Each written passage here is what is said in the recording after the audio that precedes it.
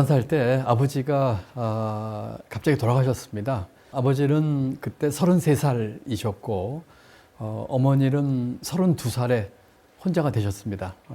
저희는 4남매였었고 제가 맏이었었기 때문에 어머니 그리고 4남매의 맏이로서 소년 가장 역할을 해야 됐었습니다. 또 그때 할머니까지 계셔서 저희는 6식구 가족이었고요. 아버지가 사업을 하시다가 돌아가셨기 때문에 뭐 가세가 폭삭 망해서 저희는 그 당시 서울에서 가장 빈민들이 사는 청계천의 그 무허가 판잣집으로 이사를 가게 됐습니다. 방 2칸이었고 이 뭐 나무나 이 베니에다 판이라고 하나요? 막은 화장실도 없는 판잣집에서 살다가 2, 3년 살다가 그쪽 판잣집도 이제 그 철거가 돼서 저희가 강제 이주를 당합니다. 그 당시에는 광주 대단지라고 하는 곳이었는데 경기도 광주군의 허벌판 위에 땅을 한 2, 30평씩 띄워주고 거기에서 살도록 강제 이주를 당해서 저희 가족은 천막을 치고 살았습니다. 그때가 제가 중학교 때였었고 32살에 혼자 되신 어머니는 저희 4남매와 또 할머니 이 가족을 위해서 뭐 안 해본 일 없이 정말 많은 고생을 하셨습니다. 산에서 나무를 캐다가 길거리에서 팔기도 하셨고 채석장에서 돌도 나르셨고 이렇게 생활했고 저는 고등학교 진학을 상업학교를 했습니다.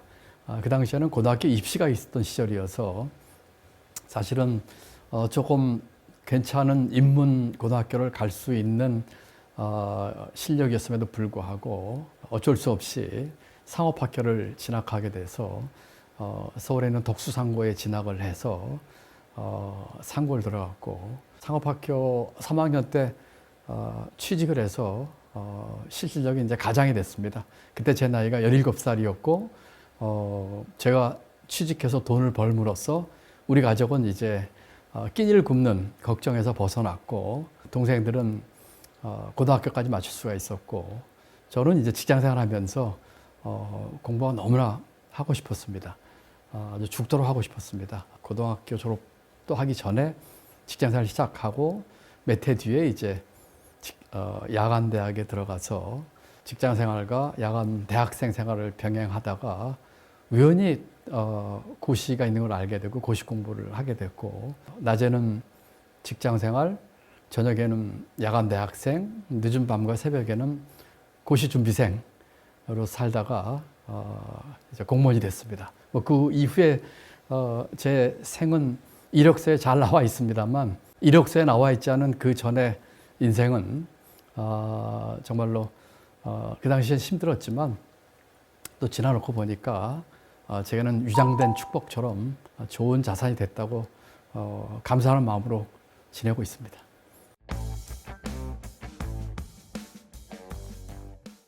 그때는 속에서 분노가 많았습니다. 사회에 대한 화가 많았습니다. 세상을 뒤집어 엎고 싶었습니다. 우리 봄철에 논밭 쟁기로 갈면 막 땅을 뒤집지 않습니까? 그런 식으로 우리 사회를 뒤집고 싶은 마음까지 있었습니다.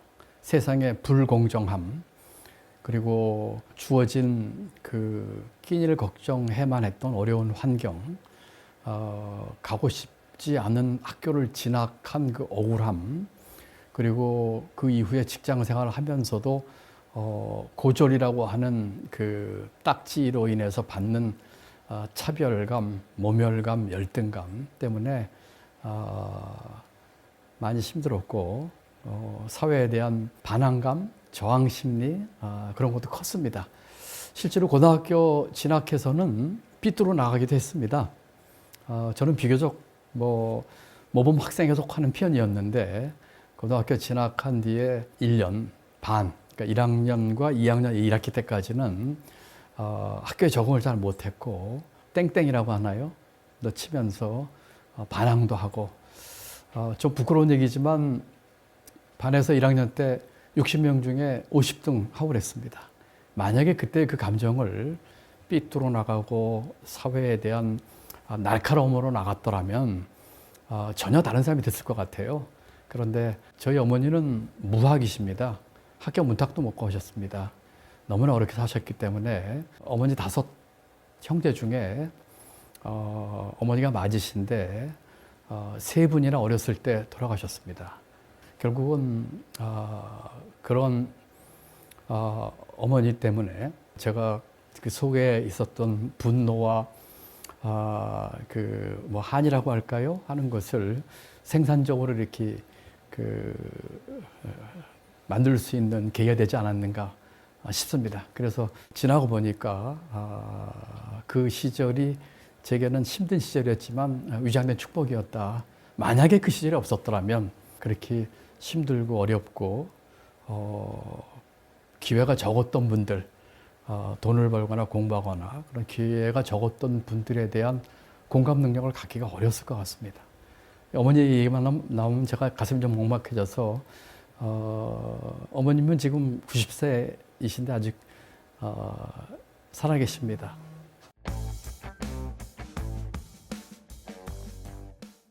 고등학교 3학년 10월 달인가요? 은행 시험을 제가 봤고, 그 당시 한국신탁은행, 지금은 이제 여러 번 합병을 거쳐 지금은 이제 하나은행이 됐어요. 합격을 했습니다. 너무 기뻤습니다. 그리고 집에 가면서 어머니께 이 얘기를 해드려야 되는데 조금 어머니를 좀 놀려드려야 되겠다라고 생각을 하고 어머니 발표하는데 떨어졌어요 얘기를 하고 어머니가 좀 실망을 하면은 제가 다시 짜잔 하고 사실은 붙었습니다 라고 얘기를 하려고 가는데 생각해 보니까 도저히 안 되겠더라고요. 아마 우리 어머니가 그 심장 쇼크 오실 것 같았습니다. 왜냐하면 저희 집은 그때 너무나 절박했거든요. 온 식구의 생계가 제 취직에 달려 있었습니다. 어머니가 혼자 여러 가지 일을 하시면서 힘들게 생계를 유지하고 있었고, 마치 제 동생들은 그 새 둥우리 안에 있는 새끼처럼 어미가 물고 온 그 먹이를 기다리면서 입 벌리고 있는 그런 처지였었거든요. 그러니까 도저히 어머니께 떨어졌다는 얘기를 농담으로라도 제가 못 하겠더라고요. 그래서 들어가서 어머니께 합격했다고 말씀을 드렸는데 어머니께서 벌떡 일어나셔가지고 박수를 치면서 춤을 추시더라고요.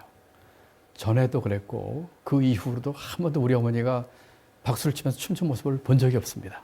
그 후에 제가 고시에 붙어서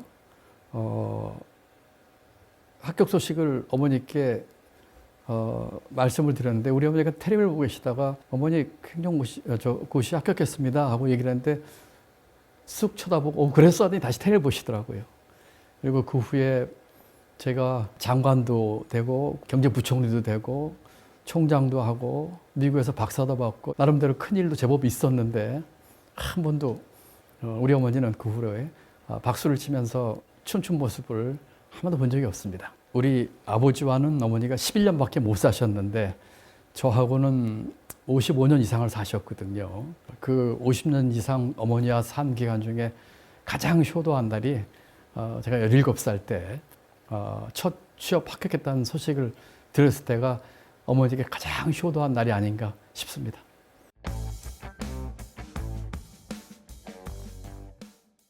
고등학교를 졸업도 하기 전에 은행원이 돼서는 행복했습니다. 왜냐하면은 우리 가족은 끼니 걱정을 이제 안 해도 됐었고 제 동생들은 고등학교까지는 다 마칠 수가 있었기 때문이었습니다. 워낙 절대 빈곤에 있었기 때문에 그때는 저희가 이제 청계천 무허가 판잣집에 살다가 판잣집이 이제 철거가 돼서 제가 중학교 때 얘기입니다. 광주 대단지라고 하는 곳으로 강제 이주를 당했다고 말씀드렸지 않습니까? 거기서 천막을 치고 살았었거든요. 그곳이 지금의 성남시입니다.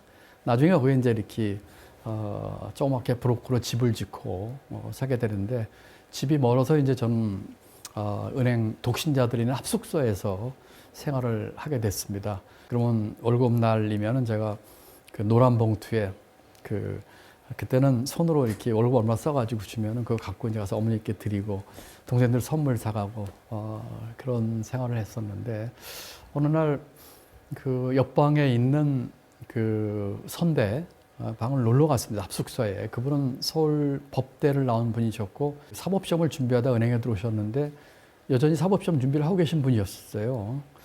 나이도 나보다 한 10년 정도 이상인 선배셨는데 그 선배 방에 있다가 나오는데 쓰레기통에 책을 여러 권 버려놨어요. 무심코 이제 책을 한 권 집어들고 집에 제 방에 와서 보니까 고시 잡지였습니다.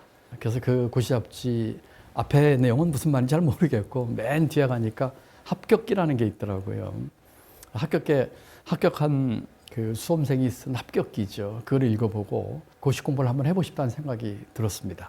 그래서 그때부터 이제 제가 낮에는 은행원, 저녁에는 대학생, 그리고 늦은 밤에는 이제 고시 공부하는 이제 1인 3역을 하게 됐습니다. 그러고 한 2년 남짓 하고서 대학 졸업하던 해에 뭐 운 좋게 행정고시와 입법고시가 한 해에 합격을 하게 돼서 이제 공직 생활을 시작하게 됐습니다. 어머니는 제가 고시 공부하는 거를 별로 이렇게 마뜩하게 생각하지 않으셨어요. 우선은 그게 뭔지도 모르셨고, 두 번째는 뭘 이렇게 힘들게 은행에서 안정되고 편안하게 직장생활 하고 있는데 뭐 이렇게 힘든 일을 하냐고 이제 마뜩하게 생각하지 않으셨지만, 저는 지금도 뭐 은행원 이런 직장을 아주 좋게 생각하지만 저를 그 동기부여를 하기 위해서 여기서 주저앉으면 평생 은행원이라고 쓰고, 뭐 그 은행원은 이제 고졸 초급행원으로서 이 장래가 불투명한 그런 초급행원이었겠죠. 그 터널을 벗어나고 싶었습니다. 그리고 틀림없이 제가 더 할 수 있었다고 믿었습니다. 그래서 이제 고시 공부를 하게 됐고, 이제 25살부터 이제 공직 생활을 하게 됐습니다.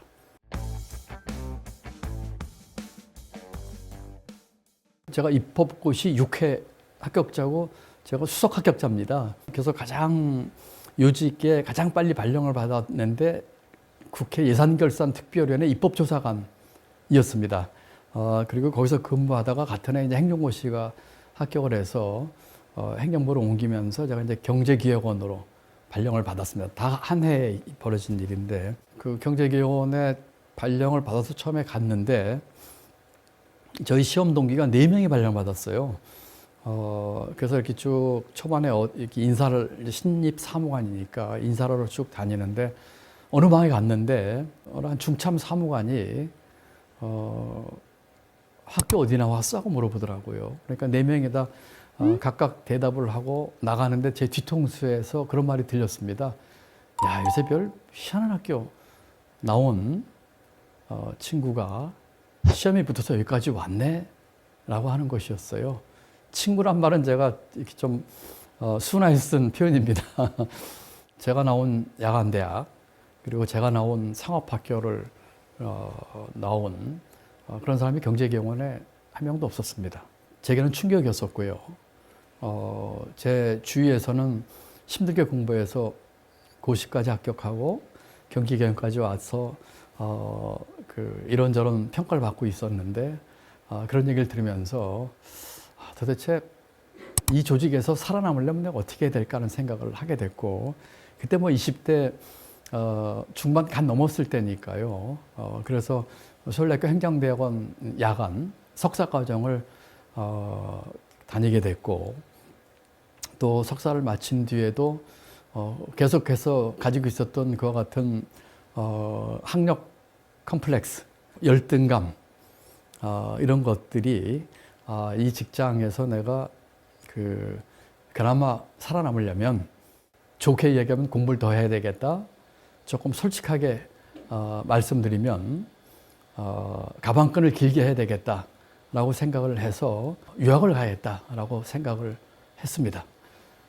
그 당시에 제가 유학을 갈 수 있는 길은 한 가지 방법밖에 없었어요. 국비 유학생으로 선발되는 것이었습니다.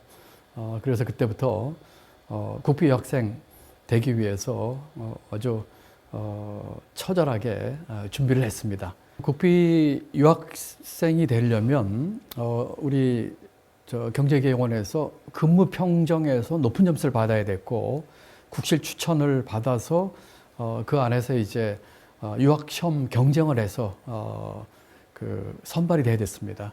열심히 일했고 근무 평정을 잘 받기 위해서 또 그 당시에는 토플 시험을 봤는데 토플 시험에서 좋은 성적을 받기 위해서 정말 피눈물 나게 영어 공부를 했습니다. 이 유학의 기회를 잡지 못하면 나는 이 조직에서 살아남지 못할 거다라는 생각을 하면서 공부를 했죠. 운 좋게 국비 유학생으로 선발이 됐는데 국비 유학생은 2년 동안 이제 석사 과정을 보내주는 과정이었고 동시에 제가 미국 정부에서 주는 그 풀브라이트 장학금을 신청을 했는데 그 신청 풀브라이트 장학생으로도 선발이 됐습니다. 풀브라이트 장학금 미국 국무성에서 주는 장학금으로 석사 과정도 있고 박사 과정도 있고 이제 포스트닥 과정도 있는데 저는 박사 과정에 지원을 했는데 박사 과정에 선발이 됐습니다. 그래서 3년 9개월 미시간 대학에서 있으면서 석사와 박사를 했고 마치고 돌아와서는 다시 경제개혁원, 지금은 이제 기획재정부죠. 복귀해서 예산실 사무관으로 근무를 하게 됐고 근무하다가 한 반년쯤 있다가요 이제 청와대 가서 근무를 하게 됐고 그 후로 뭐 쭉 저는 다시 돌아와서 경제부총리 할 때까지 기획재정부에서 근무를 했습니다.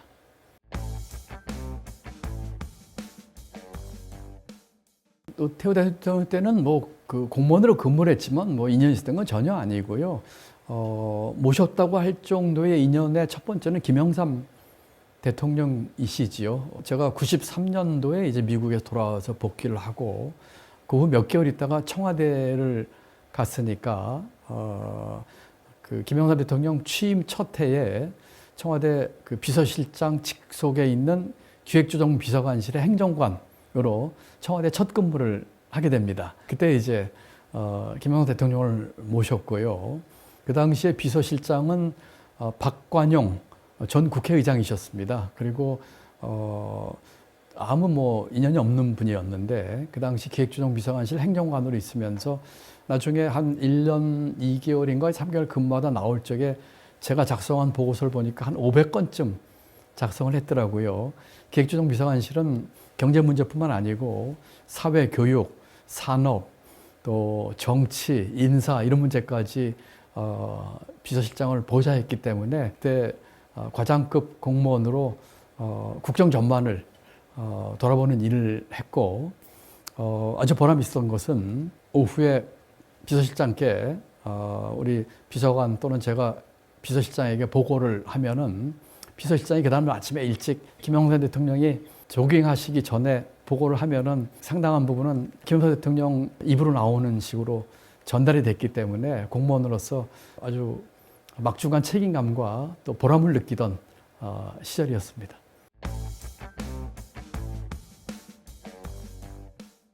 제가 김대중 대통령을 모시게 된 것은 2008년도에 대통령 비서실장 보좌관으로 제가 가게 됩니다.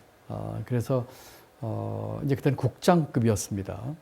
다시 두 번째 이제 청와대를 근무를 하게 된 것이죠. 지금으로 말하면 이제 선임 행정관격인데 그 당시에 비서실장 보좌관이 상당히 중요했던 것이 비서실장 보좌관은 수석회의의 멤버였어요. 그 당시 비서실장은 이제 전윤철 전 경제부총리셨고 수석은 지금 국회의장을 지내셨던 김진표 의장, 또 지금 대통령 권한대행을 했던 한덕수 총리 이런 분들이 이제 경제수석이셨고 저도 거기 멤버에서 수석회의에 참석을 해서 비서실장과 대통령을 모시면서 우리 김대중 대통령을 가까이서 이렇게 모시는 그런 아주 좋은 기회를 아주 공직자로서 갖게 됐습니다.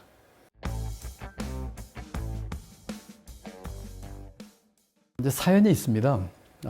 사실은 제가 그 대통령 비서실장실에 가기 전에 저는 그 월드뱅크에 가도록 돼 있었어요. 제가 그 월드뱅크에 지원을 했습니다. 월드뱅크는 이제 워싱턴 DC에 있는 국제기구고, 제가 그 공직 생활을 하면서 이제 국장급으로 넘어가면서 그 안정되고 평탄한 길이 좀 두려웠습니다. 뭔가 도전을 해보고 싶었고, 그리고 전문가들이 있는 곳에 가서 좀 치열한 경쟁을 좀 하고 싶었거든요. 그래서 월드뱅크에 제가 직원으로 지원을 해서 채용이 됐어요. 직장에도 제가 통보를 하고, 집도 팔고, 저희 집 애들은 이제 학교도 다 이제 중단시키고, 마지막 해외 이삿짐 센터 알아보고 이삿짐 보내고 가려고 하는 참인데, 조인철 장관이 비서실장으로 가게 됐습니다. 전 장관이 저를 보좌관으로 지명을 했다. 그러니까 청와대로 와야 되겠다 하는 것이에요. 그래서 쫓아갔죠. 이게 무슨 얘기냐. 나는 지금 월드뱅크에 가서 근무하게 다 돼 있고 집에다 정리내고 어떻게 가냐 하고 장관한테 얘기를 해서 저를 놔달라고 얘기를 했었죠. 그래서 제가 사정을 얘기했지만 무슨 소리냐. 그거는 대통령이 부르신 거나 다름이 없는 거다. 그 비서실장 보좌관이라는 자리가 그 당시 얼마나 중요한 자리인데 그거를 거역해서는 안 된다 하시면서 오히려 저를 설득하시는 것이었습니다. 제가 그 현실을 받아들이고 비서실장 보좌관을 하면서 짧은 기간 근무를 했어요. 왜냐하면 그 당시에 그 지방 선거가 있었습니다. 그리고 그 당시 경제부총리를 하던 진념 부총리가 경기도지사 민주당 후보로 나가게 됐고 정인철 부총리께서 그 후임으로 가게 돼서 기간이 짧게 됐고 후임 비서실장으로는 박지원 의원이 오시게 됐습니다. 그래서 제가 근무한 시간은 비교적 짧은 기간이었고 그렇지만 그 당시에 발전 노조 파업이라든지 여러 가지 큰 일들이 있어서 짧은 기간에 비해서는 아주 굵직굵직하게 큰 일을 처리했던 기억이 납니다. 제가 그 흔쾌히 가겠습니다라고 이렇게 얘기를 했더니 그날 저녁 한 8시쯤 전인철 장관께서 전화를 주셨어요. 받았더니 오기로 했다며 하면서 지금 대한민국 경제의 문제와 그 해결 방안에 대한 보고서를 만들어서 내일 오후 2시에 와서 보고를 해달라고 하시는 거예요. 그래서 알겠습니다 하고 이제 그날 밤을 꼬박 세워가지고 보고서를 제가 만들어서 다음날 2시에 실장님께 보고를 하러 갔습니다. 보고를 쭉 드렸죠. 보고를 받으시더니 전 비서실장이 그렇게 얘기하시더라고요. 바로 지금부터 근무해라 하시는 거예요. 그래서 아니 장관님 지금 제가 이 보고를 하고 저도 보직이 있는 사람인데 어떻게 여기서 바로 근무를 하겠습니까? 좀 준비할 시간을 주셔야죠. 그랬더니 그럼 시간이 좀 필요하겠네 하더니 그럼 내일 아침부터 와서 근무해 하시는 거예요. 그 다음날부터 가서 근무했습니다. 그 다음날 근무하던 첫날인데 정신없이 수석 회의부터 참석을 하고 일을 보고 직원도 이제 제가 이제 비서실장실의 책임자니까 직원도 여러 명이 있어가지고 늦게까지 일하고 다 퇴근시키고 이제 혼자 남아서 있는데 제 책상에 전화기가 2대 있었어요.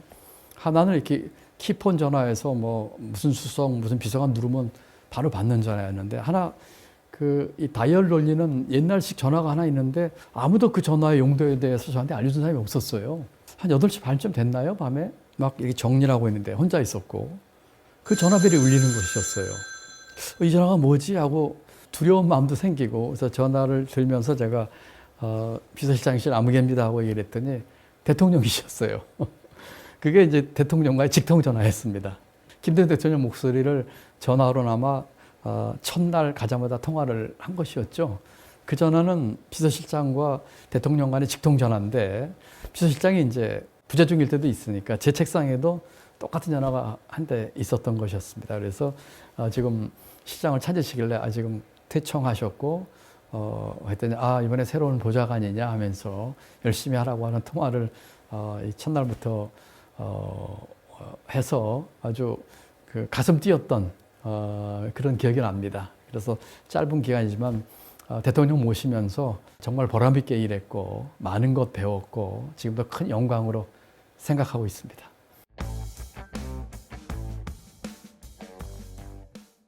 주로 이제 비서실장이 계시니까 비서실장을 통해서 이제 했습니다. 비서실장은 저를 뭐 크게 신임하셨습니다.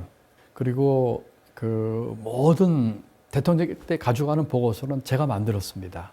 2페이지 이내로 아무리 복잡한 사안도 정리를 해서 실장께 드렸고 그 대안과 대책에 대해서도 실장께 제가 말씀을 드렸고 실장은 다른 어떤 사람보다도 제가 만든 보고서의 내용에 큰 신뢰를 두시고 한 번도 고친 적 없이 가져가셔서 보고를 하셨습니다. 기억에 남았던 에피소드 중에 하나는 2002년도에 그 발전노조 파업이 있었습니다. 그리고 그 발전노조 사람들이 명동 성당에 들어가서 농성을 하고 아주 심각한 문제로 이게 번졌던 때였습니다. 그런데 대통령과 실장께서 이 문제에 대해서 원칙을 가지고 대처를 하시다가 마지막 순간에 많이 약해지셨어요. 그래서 실장 주재의 회의에서 수석회의에서 이 문제에 대한 결론을 내는데 이제 뭐라고 할까요? 두 손을 드는 정부가 그런 결정을 내렸습니다. 물론 김대중 대통령께서는 노동자의 권리나 노조의 권익에 가장 적극적인 대통령이셨지만 그 당시 발전노조 파업 문제는 그걸 넘는 문제였었거든요. 그러고 이제까지 쭉 그 힘들게 견제해온 원칙을 지키자고 하는 기조를 그 회의에서 결국은 깨는 결정을 했습니다. 저도 이제 그 회의에 있었고요. 회의가 끝나고 제가 실장께 들어가서 이렇게 말씀을 드렸어요. 실장님, 게임 이론 중에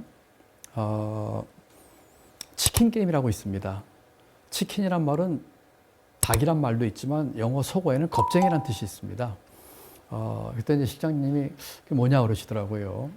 기차가 달리고 있는데 두 기차가 먼저 뛰어내리면 지는 게임이 치킨 게임입니다. 지금 조금 전에 실장님이 그 기차에서 뛰어내리셨습니다. 라고 얘기를 했어요. 실장이 그 얘기를 들으시더니 바로 전화를 들고 그때는 노동수석이라고 있었습니다. 노동서에 전화해서 아무개 수석 아까 회의 취소요. 원칙대로 갑시다. 하는 그 결정을 내리셨습니다. 그러고 며칠 뒤에 이 문제가 해결이 됐어요. 발전노조 파업 해결된 걸 가서 보고 드리고 김대중 대통령께서 비서실장 손을 붙잡고 눈물을 글썽이셨다고 합니다. 그리고 전 실장이 우리 정부의 레임덕을 막았소 하면서 그렇게 기뻐하셨다고 합니다. 그 당시에 비서실장은 대통령께 보고한 얘기, 대통령께서 주신 얘기를 저한테 전부 다 얘기를 해주셨거든요. 그래서 저는 뭐 직책이 비서실장 보좌관이기 때문에 비서실장을 통해서 그 대통령과 뭐 간접적인 소통을 했고 실장님은 제가 한 내용을 뭐 100% 거의 그대로 말씀을 하시고 또 새로운 전기를 만드시고 했기 때문에 지금 제게 가장 기억에 남는 그 에피소드는 그때 대통령께서 눈물 글썽이면서 하셨다는 그 말씀이 기억에 남습니다.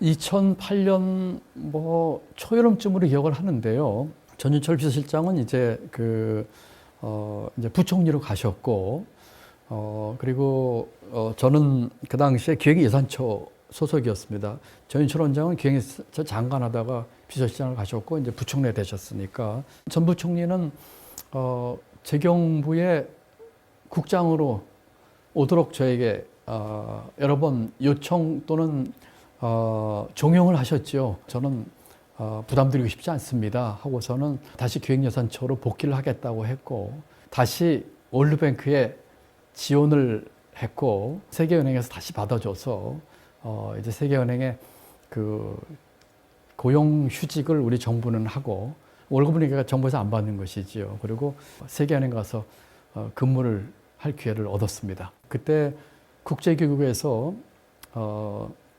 다른 전문가들하고 세계적인 전문가들하고 한번 같이 근무하고 경쟁해보고 싶었습니다. 온실 속의 화초가 아니라 추운 벌판에 그냥 그 빨개 벗겨져서 내동댕이 쳐졌다라는 표현을 제가 썼는데 부딪혀보자 하는 심정으로 세계여행을 가게 됐고 또 동시에 존스 홉킨스 대학의 국제대학원이 워싱턴에 있는데 그 학교에도 제가 교환 교수를 같이 지원을 해서 세계연행의 이제 프로젝트 매니저 겸 존스 홉킨스 대학 국제대학원의 교환 교수로 워싱턴에 가서 근무를 하게 됐습니다.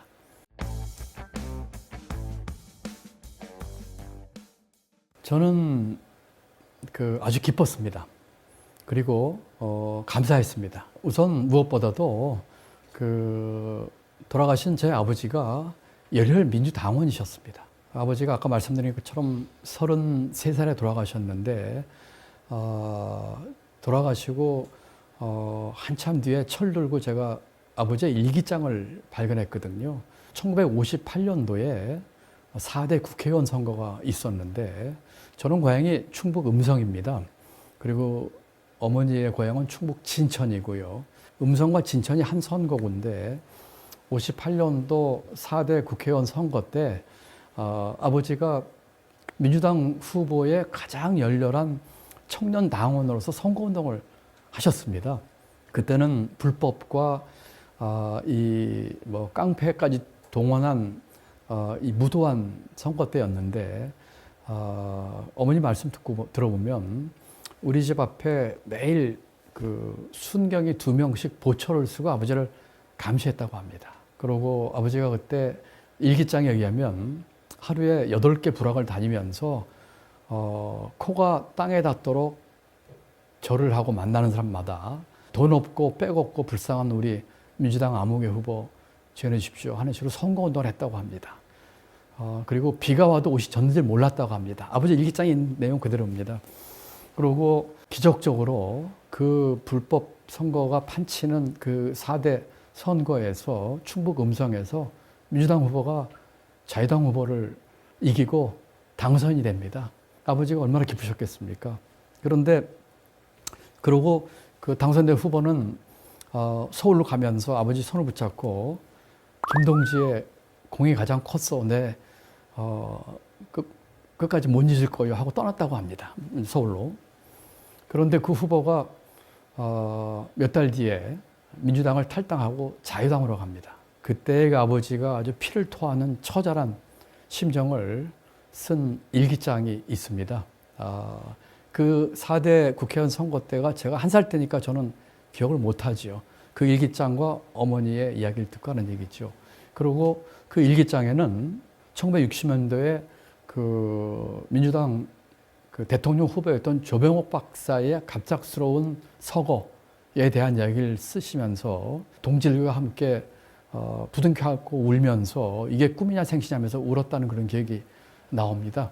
그렇기 때문에 아버지의 그런 내용을 철들고 알았기 때문에 김대중 대통령을 모실 수 있다는 것에 대해서 저는 아주 기쁘고 영광스럽게 생각을 했습니다. 공무원으로서 제가 어느 당이나 이념에 경사될 일을 하지는 않았지만 아버지가 이렇게 추구했던 그 제대로 된 나라에 대한 젊은 시절의 그 열정 생각하면서 또 그 후에 71년도에 장춘단 유세라든지 그때는 제가 중학교 3학년이었습니다. 또 그 후에 아버지 일기장에서 본 거라든지 보면서 김대중 대통령을 모실 수 있게 된 것에 대해서 아주 영광이라는 생각을 했었고요. 또 개인적으로는 김대중 대통령은 목포 상고를 나오셨습니다. 저도 이제 상고를 나온 사람으로서 그리고 김대중 대통령의 쭉 전기나 또 최근에 육성 회고록까지도 쭉 나옵니다만 그 시절 이야기들을 잘 알고 있기 때문에 또 목상 때 이야기도 알고 있고요. 그렇기 때문에 같은 상업학교를 나온 처지에 있는 사람으로서 느끼는 어떤 동료의식이라고 할까요? 제가 이렇게 얘기하면 대통령님께 좀 외람된 말씀일 수도 있겠습니다만 그런 것도 같이 포함해서 제가 그때 상업학교를 다니면서 또는 졸업하고 일찍 직장생활하면서 가졌던 그런 열등감이나 이 사회의 불공정에 대한 그런 생각을 했기 때문에 개인적으로는 그런 생각을 하면서 아주 기쁘게 생각을 했기 때문에 정말 즐거운 마음으로 일했고 정말 제 모든 것을 바쳐서 헌신하자 이런 생각으로 임했던 기억이 납니다.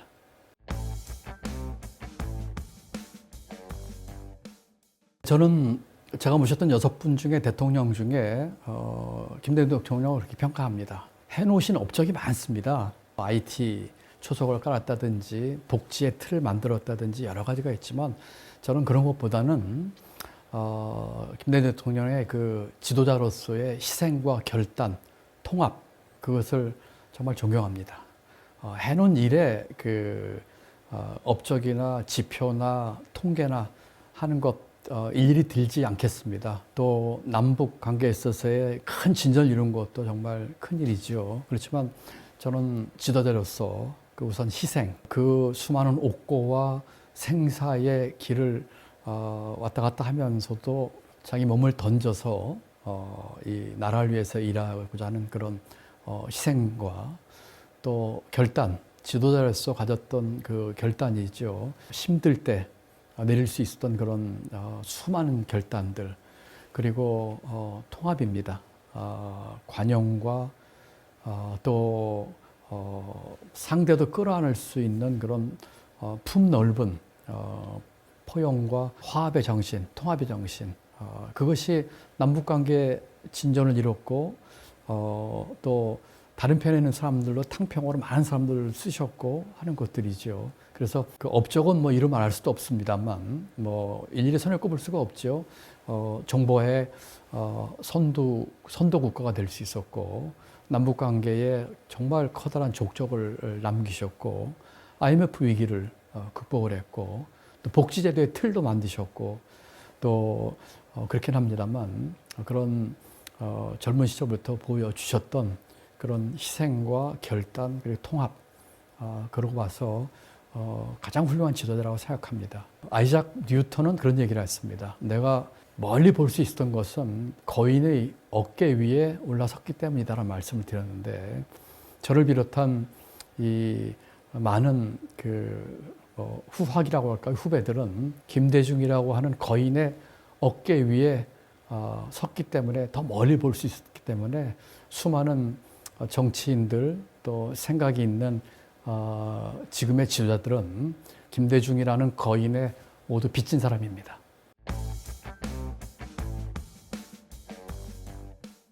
김대중 대통령 그 명어록이 너무 많아서 뭐 정말 여러 가지 꼽고 싶습니다만 공직자로서는 만원경처럼 넓게 봐고 현미경처럼 좁고 구체적으로 봐야 한다는 그런 말씀을 주셨는데 저는 그 말씀이 공직자로서는 와닿습니다. 특히 경제부총리까지 하면서 망원경처럼 거대 담론과 대한민국을 어떻게 끌어갈 건지에 대한 생각을 했고 경기도지사를 하면서 이 도민들 삶에 직접 영향을 미치는 그런 일들을 현장에서 접하면서 하는 것은 현미경처럼 하는 일이었거든요. 저로서는 아주 운이 좋은 일이었습니다.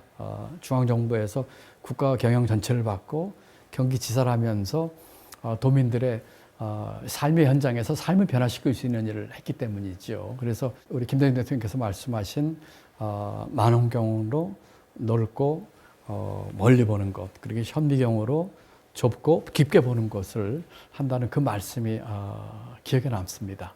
정치인 김동연으로서 기억에 남는 말씀은 이 말씀을 제가 제 방에 이 액자에 걸어놨는데요. 나는 언제나 역사와 국민을 믿었다. 그리고 국민이 언제나 승리하는 것은 아니다. 그렇지만 반드시 승리한다. 이 두 말이 기억에 남습니다. 정치인이 돼서 보니까 그전에 행정관료로서가 아니라 이 역사의 흐름 속에서 대한민국은 어떤 위치에 있을까? 또 우리 국민의 잠재력을 믿고 국민의 뜻은 무엇일까 하는 생각을 많이 하게 되거든요. 그래서 정치인으로서는 김대중 대통령께서 하신 말씀 중에 나는 국민과 역사를 믿었다. 그리고 국민은 늘 승리하는 것은 아니지만 반드시 승리한다. 이 말이 기억에 납니다. 최근에 저희가 사형수 김대중 그 연극을 저희 경기도에서 저희가 초청을 해서 했거든요. 제가 작년 9월인가 10월에 광주에 가서 이 사형수 김대중 그 제작팀과 이 출연진들을 만나서 한 시간 정도 얘기를 나누면서 그때 이 연극 우리 경기도에서 한번 모셨으면 좋겠다 해서 그 공연을 했습니다. 그 공연은 그 사형 언더를 받은 사형수 김대중 인간적인 면모를 비추는 그런 연극이었습니다.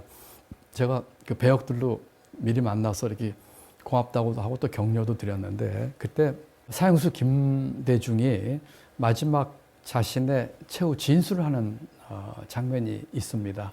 나는 죽겠지만 1980년대에 반드시 민주주의가 온다 였습니다. 지금이야 당연한 얘기지만 그 당시 그 시절에 김대중이라고 하는 사람에게 사형을 언도한 그 암울한 시절에는 정말 얼토당토하는 얘기였을 겁니다. 그렇지만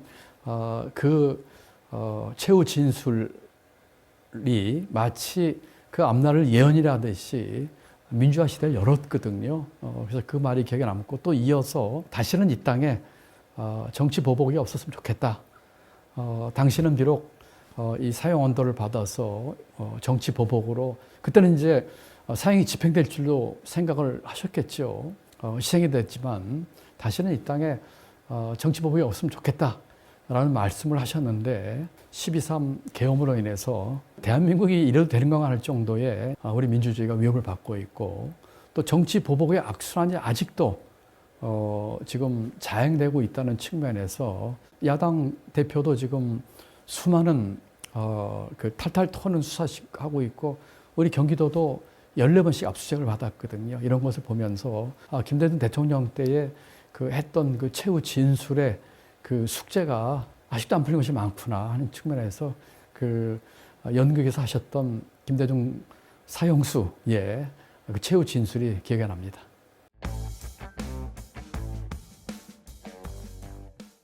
그때 생각한 것이 이게 그 대한민국의 미래 비전 만드는 작업. 그때가 2005년도였습니다. 그렇기 때문에 25년 뒤인 2030년에 대한민국은 어떤 모습이 돼야 되고 어떤 길로 가야 되는가 하는 작업을 해보기로 했고 그 작업을 위해서 하여튼 총 우리 국뿐만 아니라 바깥에 외부의 교수와 박사들까지 한 60명을 이제 이렇게 만들어서 그 일에 매진했습니다. 그 작업은 앞으로 25년 뒤를 생각하면서 대한민국의 비전은 무엇가 돼야 된다. 그리고 그 비전을 달성하기 위해서는 우리가 무엇을 해야 된다. 정책이죠. 그리고 그 정책을 실천에 옮기기 위해서는 예산과 재정이 어떻게 뒷받침해 줘야 된다는 25년짜리 계획을 만든 그야말로 대한민국 장기 발전 전략의 그 효시였죠. 처음 했던 일이고 그 이후로는 아직도 그 작업이 없습니다. 그전에는 개발연대의 경제사회 발전 5개년 계획이라는 게 가장 긴 것이었거든요. 그게 하나였었고요. 두 번째는 그 작업 속에는 25년을 내다보는 작업이었기 때문에 단시간 내에 해야 할 일이 아니고 국제 상황 또 앞으로의 예측까지도 했었어야 되는 것이죠. 그때는 고령화나 저출생 문제에 대해서 그렇게 심각하게 생각 안 했던 때입니다. 성장과 분배 문제를 갖고 늘 어떤 게 앞이냐 뒤냐 싸울 때였습니다. 그런 걸 뛰어넘는 보고서였었죠. 그래서 성장과 분배는 서로가 우열을 다투거나 먼저 성장하고 나중에 나누는 문제가 아니고 같이 이루어져야 되는 그 동반 성장과 분배가 이루어져야 되는 것이다 였었고 또 사회복지의 사회적 투자 개념을 처음 도입을 했습니다. 우리가 사회적 복지를 늘리는데 대한민국이 가야 할 길은 그 당시에 이제 복지국가인데 복지는 많은 사람들이 얘기했듯이 비용이 아니고 사회적 비용이 아니고 사회적 투자다. 이것으로 이런 투자로 인해서 지속 가능한 성장이 이루어지고 이것으로 인해서 질 높은 성장이 만들어진다 하는 이야기를 보고서에 담았습니다. 또 특징적인 거는 그런 복지국가를 목표로 하면서 두 가지의 큰 기둥을 만들었습니다. 하나는 제도 개혁이었고 하나는 선투자로서 국가와 재정의 적극적인 역할이었습니다. 이걸 다른 말로 하면은 앞에 거는 혁신이고 뒤에 것은 포용입니다. 그리고 이것을 혁신과 포용을 이루어야 되는 이룰 수 있는 5가지의 정책 기둥을 만들었는데 예를 들면 뭐 인적 자원 문제라든지 복지 문제라든지 국제화 문제라든지 했는데 또 하나 중요하게 집어넣은 것이 사회적 자본이었습니다. 소셜 캐피탈이죠. 이 개념은 그 당시 한국에서는 생소한 개념이었습니다. 보고서를 만들고 부처의 국장 이상 전 간부들 앞에서 제가 이 보고서 브리핑을 했는데 사회적 자본 설명할 적에 모든 사람들이 한 명도 그 말을 이해를 못했어요. 다들 사회 간접 자본 SOC로 이해를 했습니다. 그래서 제가 다시 한번 설명을 했지요. 대한민국이 선진국으로 가기 위해서는 복지국가나 혁신으로 인한 제도 개혁과 또 선투자로 인한 포용이 같이 있어야 되는데 그걸 이루기 위해서는 우리 사회의 신뢰와 투명성과 법치주의라든지 하는 것이 만들어지는 눈에 안 보이는 이 사회적 자본이 축적되지 않으면 선진국이 안 된다는 얘기를 했는데 두 번째 설명할 때 딱 한 분이 알아들었습니다. 장관이었어요. 어쨌든 뭐 그런 내용의 보고서를 가지고 제가 공직생활 하면서 가장 심혈을 기울여서 만든 가장 애착가는 보고서였는데 노무현 대통령께서 너무 좋아하셨습니다. 나중에 6.5 집인 진보의 미래에서도 그랬고 비전 2030만 그대로만 하면 우리는 선진국이 됩니다 라고까지 하실 정도로 아주 좋아하시고 성원을 해주셨는데 유감스럽게도 보고서가 나오자 정쟁에 휘말려서 그 당시 야당이죠. 지금의 국민의힘의 전신, 뭐 당 이름도 제가 기억을 못하겠습니다만 세금 폭탄이라고 하는 프레임을 씌워서 그 비전 2030을 좌초시켰죠. 저는 그 당시에 너무나 안타까웠습니다. 정당이나 이념이 아니고 정말로 대한민국 앞날을 위해서 만든 보고서인데 제대로 된 토론 한 번 없이 무조건적인 발목 잡기 그리고 그 당시 여당에서도 이 보고서에 대해서 아주 적극적인 방어에 조금을 덜 했습니다. 안타까웠고 제가 경기지사로 선출이 되고 선거 끝나고 취임하기 전에 봉화에 노무현 대통령 묘소를 참배할 기회가 있었는데 그 보고서를 다시 가지고 가서 이렇게 봉정을 했던 기억이 납니다.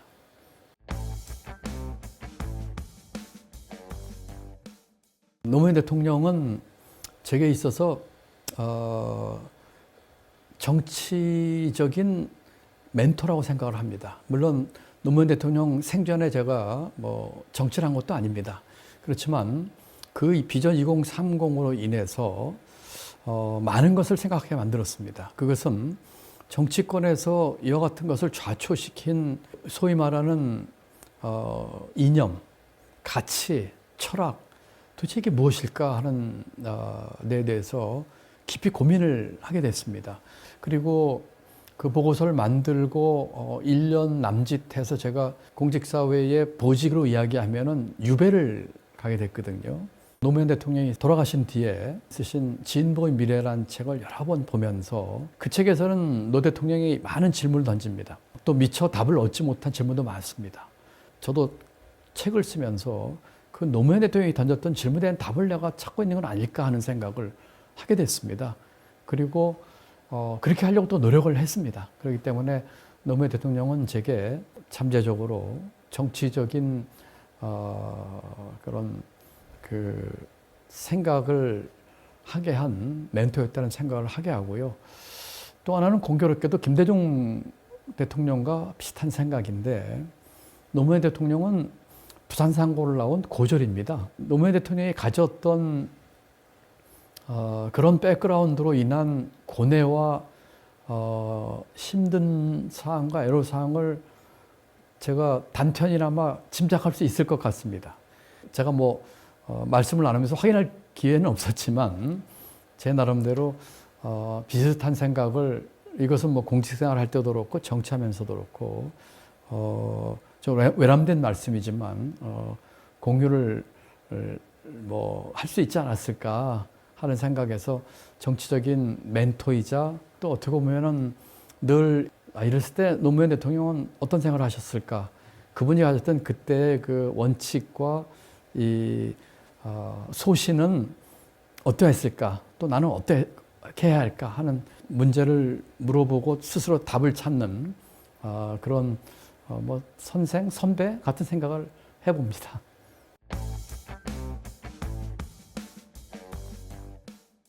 저는 대통령들과 아무런 개인적인 인연이 없습니다. 예를 들어서 문재인 대통령, 박근혜 대통령, 이명박 대통령, 김대중 대통령은 뭐 당연하고요. 개인적인 인연이 아무도 없습니다. 제가 부총리 되기 전에 문재인 대통령 만난 적도 없고 전화나 통한 적도 없고요.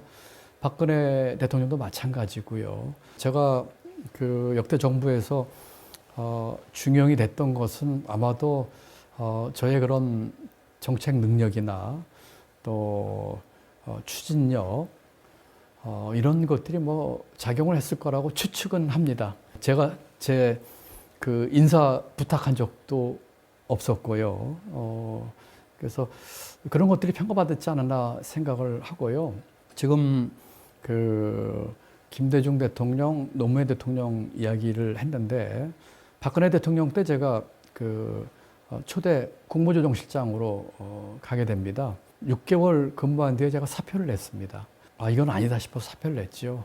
2, 3년 동안에 장관급 공직자가 이건 아니다고 사표 낸 사람은 아마 없었을 겁니다. 기획정보 차관하다가 장관급 국무조정실장이 돼서 국정 전반을 들여다보는 일을 했거든요. 그리고 그 당시에 대통령이나 또는 총리나 비서실장 이런 분들이 저에 대해서 이 내각 운영에 있어서 많이들 의지하셨습니다. 그런데 제가 한 6개월 전에 한 뒤에 제가 사표를 냈거든요. 이거 도저히 아니다라고 생각을 했었습니다. 사표 수리를 안 해주시더라고요. 계속 사표를 냈습니다. 마지막에는 제가 칭명을 했습니다. 제가 다른 이유는 도저히 나올 수가 없을 것 같더라고요. 그래서 칭명을 하고 한 1년 정도 지난 뒤에 사표가 수용이 돼서 제 발로 박근혜 정부에서 걸어 나왔습니다. 나오는 날 박근혜 대통령을 만났습니다. 총리와 함께 보고할 기회가 있어서 대통령께서 그러시더라고요. 몸이 안 좋아서 그만두시니까 한 5개월 추스르시고 다시 복귀하시기를 기대합니다. 제 말씀 그대로입니다. 보통 공직자는 그렇게 얘기하면 알겠습니다. 또는 뭐 가고 싶으면 감사합니다 그러겠죠. 그때 제 답이 죄송합니다 였습니다. 다시는 제가 그 정부에 들어갈 생각도 없었고 그때는 제가 다시는 공직도 하지 않겠다고 마음을 먹었습니다. 그만두고 5개월 뒤에 비서실장으로부터 대통령 비서실장부터 전화가 2번 왔습니다. 다시 입각을 해달라는 것이었죠. 제가 아주 단호하게 거절을 했습니다. 그때는 제가 사표 내고 나와서 경기도 양평에 있는 농가 방을 얻어가지고 칩거를 하고 있을 때였습니다. 서울에 있으니까 너무나 많은 사람으로부터 연락이 오고 새로운 자업 제의와 좋은 제의들이 왔고 그런 것들을 다 거절했는데 서울에 있으면 만나자면 안 만날 도리가 없잖아요. 그래서 양평으로 갔는데 사실은 고향인 충북 음성에 가고 싶었는데 거기가 있으면 틀림없이 또 정치하려고 한다는 얘기 듣기 싫어서 있었던 시절인데 입각 제의를 제가 거절했었죠. 역대 대통령들 공직자로서 제가 할 수 있는 바를 다해서 최선을 다했습니다. 대통령을 모신 게 아니라 대한민국 국민을 섬긴 것이죠. 그리고 박근혜 대통령 같은 경우는 제가 제 발로 사표를 쓰고 나왔던 것이죠. 그러면서 가졌던 제 소신과 제 마음속의 중심은 노무현 대통령 때 비전 2030 하면서 갖게 됐던 결기 거슬러 올라가면 김대중 대통령을 모시면서 갖게 됐던 아까 말씀드린 희생과 결단 이런 것들로부터 쭉 거슬러 올라가서 제게 쌓여진 게 아닌가 그런 생각을 해봅니다.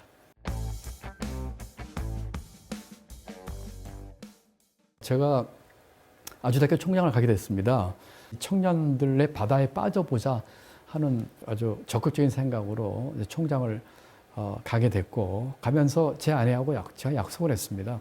나는 돈을 안 벌겠다 그랬는데 공무원 연금에 해당하는 금액 정도의 수입 외에는 우리 사회에 기부하자. 저는 제가 갖고 있었던 역량과 실력과 경험과 격려는 제 거가 아니라고 생각합니다. 우리 국가가 또 사회가 만들어준 것이죠. 그렇다면 이것은 내 개인 것이 아니라 우리 사회의 공용 자산이라고 생각을 하기 때문에 그렇게 했던 것이죠. 그러고서 이제 아주대 총장이 있던 참에 당선이 되고 취임한 문재인 대통령 측으로부터 경제부총리 제의가 왔습니다. 첫 번째 제의에서는 제가 고사를 했습니다. 총장 임기도 좀 남아 있었지만 사실은 제가 다시는 공직을 하지 않겠다는 생각을 좀 하고 있었거든요. 그랬더니 두 번째로 다시 연락이 와서 문재인 대통령 그 선거 당시 캠프에 제가 만들었던 비전 2030이 일종의 바이블 같은 것이었는데, 이거 저자가 김 총장 아닙니까? 이제는 그거를 실천에 옮기는 일에 해주셨으면 좋겠다 하는 말을 듣고 제가 수락을 하고 이제 경제부총리로 가게 됐던 것이죠. 비유하자면 이렇습니다. 다산 정약용 선생이 조선시대의 모든 제도와 관습을 깨기 위한 경세유표라는 책을 쓰셨어요. 저는 그 당시 비전 2030, 또 그 후에는 제가 선거에 나서면서 하겠다고 하는 선거 공약들이 저는 신경세유표라고 생각을 했습니다. 대한민국을 바꾸는. 그리고 그 다산 선생이 쓰신 그 저자로서의 그걸 뛰어넘어서 실천에 옮기는 일을 해보고 싶었습니다. 그래서 이제 경제부총리가 됐었고, 문재인 대통령은 처음 만나서 대통령께 제가 3가지 당부 말씀 드렸습니다. 요청을 드렸습니다. 경제는 제게 맡겨주십시오. 이건 제가 책임지고 하겠다는 뜻입니다. 두 번째는 소득 주도 성장이 문재인 정부의 경제정책의 모든 걸 덮는 것으로 시장에서는 알고 있는데 그건 아닙니다. 제가 혁신성장도 같이 이야기를 하겠습니다. 세 번째는 일주일이나 2주일에 한번 직접 보고를 받아주십시오. 우리 청와대 참모를 통해서가 아니라 직접 하십시오. 대통령께서 흔쾌히 승낙하셨고, 대통령은 딱 한마디 하셨습니다. 대한민국 경제의 패러다임을 바꿔주십시오. 저는 그 얘기 들을 적에 전율을 느꼈어요. 왜냐하면 그게 바로 제가 비전 2030을 만든 목적이었기 때문입니다. 그 후로 열심히 일했습니다. 정말 혼신의 힘을 다해서 열심히 했습니다. 사표를 낸 것은 그런 중에 청와대와 몇 번의 큰 의견 대립이 있었습니다. 그것은 주로 소득주도 성장으로부터 비롯된 일들이었는데, 제일 크게 그 이견이 있었던 것은 그 최저임금의 급격한 인상, 그 다음에 법인세의 갑작스러운 인상 이었고, 지금도 기억이 납니다. 청와대 그때 정책실장 경제수석하고 제가 이제 청문회 통과가 돼서 임명돼서 첫 미팅을 하는데 제게 그러더라고요. 통상적인 경제 운영은 부총리께서 책임지고 해주시고 경제 개혁은 저희가 하겠습니다. 그러더라고요. 제가 그 얘기를 듣고 그렇게 얘기했습니다. 무슨 소리 하고 있는 거냐? 통상 운영과 경제 개혁이 다른 거냐? 그건 아니다. 같이 해야 된다. 나도 경제 개혁을 하기 위한 것이고, 그래서 사실은 미팅부터 충돌을 했었죠. 최저임금은 인상은 저는 반드시 필요하다고 생각합니다. 그리고 그 당시에 문재인 대통령 선거 공약이 2017년부터 이제 임기가 시작이 됐는데 2020년까지 최저임금을 10,000원으로 만들겠다는 것이었죠. 제가 대통령께 말씀을 드렸습니다. 2020년까지는 못 만듭니다. 대신에 대통령 임기까지 무슨 일이 있어도 10,000원을 만들겠습니다.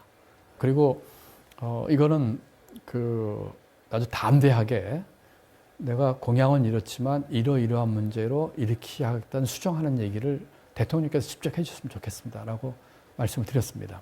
제 얘기는 반영되지 않았고 첫 해에 16.4%, 둘째에 10.9%라는 급격한 최저임금 인상이 이루어졌고 제가 이렇게 급격한 인상이 하게 되면 고용에 있어서 큰 문제가 있을 거라고 얘기를 했습니다. 왜냐하면 자영업자나 소상공인이나 중소기업 입장에서는 이 최저임금의 인상은 이 비용, 코스트의 급격한 인상입니다. 대한민국의 자영업자 숫자라든지 이 경제 구조로 봐서 감내하기 어렵습니다. 그리고 이 일자리 줄어들거나 또는 있는 일자리가 조정될 것입니다라는 얘기를 했었거든요. 어느 날 하루 상관으로 정책실장은 당정청 협의도 기억이 나는데 마이크 잡고 고용 아무 영향 없다고 이야기를 했고 그 다음날 국회 상임위에서 저는 조정이 있다고 상반된 얘기를 하는 식으로 모양이 비춰졌거든요. 그리고는 2018년 7월 달 고용이 바닥으로 떨어졌습니다. 고용 지표는 그 다음 달에 나오기 때문에 2018년 8월 특정한 주에 특정한 요일에 나옵니다. 그 숫자 나오는 걸 보고 제가 비서실장 만나서 사의를 표했습니다. 그리고 이렇게만 얘기했어요. 이 고용의 문제를 이유로 해서 내 사표를 수리하거나 나를 경질했으면 좋겠다. 그리고 새로운 경제팀으로 새로운 경제정책을 만들었으면 좋겠다. 경제정책의 전환은 보통 정부에서는 사람을 바꾸는 걸 시작을 합니다. 왜냐하면 같은 사람이 다른 이야기를 하는 것은 너무나 어색하고 시장의 신뢰를 잃거든요.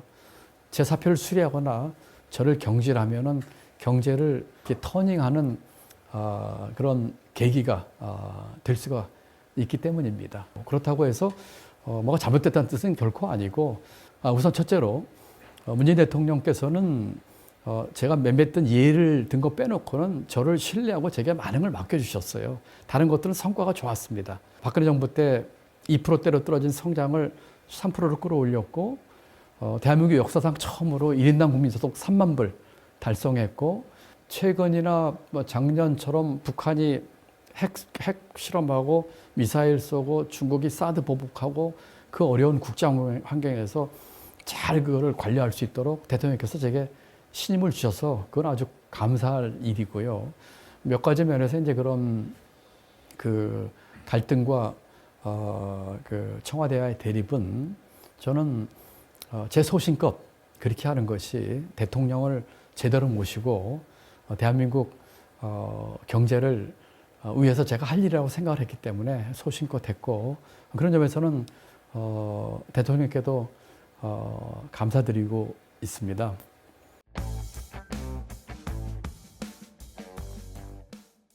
사형수 김대중이 했던 민주주의가 올 것입니다. 정치복이 없어야 됩니다. 하는 그 수준에서도 아직 우리가 벗어나고 있지 못하다는 생각을 해서 안타깝습니다. 그리고 또 이 지금 쪼개진 나라를 아까 말씀드린 김대중 대통령의 통합 정신으로 어떻게 하면 함께 통합하고 또 함께 그 새로운 대한민국을 만들 힘을 합칠 수 있을까 하는데도 힘을 모아야 됩니다. 그래서 우리 모두의 나라 그리고 내 삶이 선진국 이런 나라를 정권 교체 다음 단계의 높은 차원에서 하도록 힘을 모아야 되겠습니다. 그리고 우리 민주당이 그 이상의 정권 교체 이상의 교체를 위한 모두의 나라 내 삶의 선진국을 만들기 위한 수권 정당으로서의 신뢰 회복 그리고 역량을 갖추고 또 일머리를 갖춘 당으로서 우리 국민들로부터 지지를 받아야 되겠다 하는 생각을 해봅니다.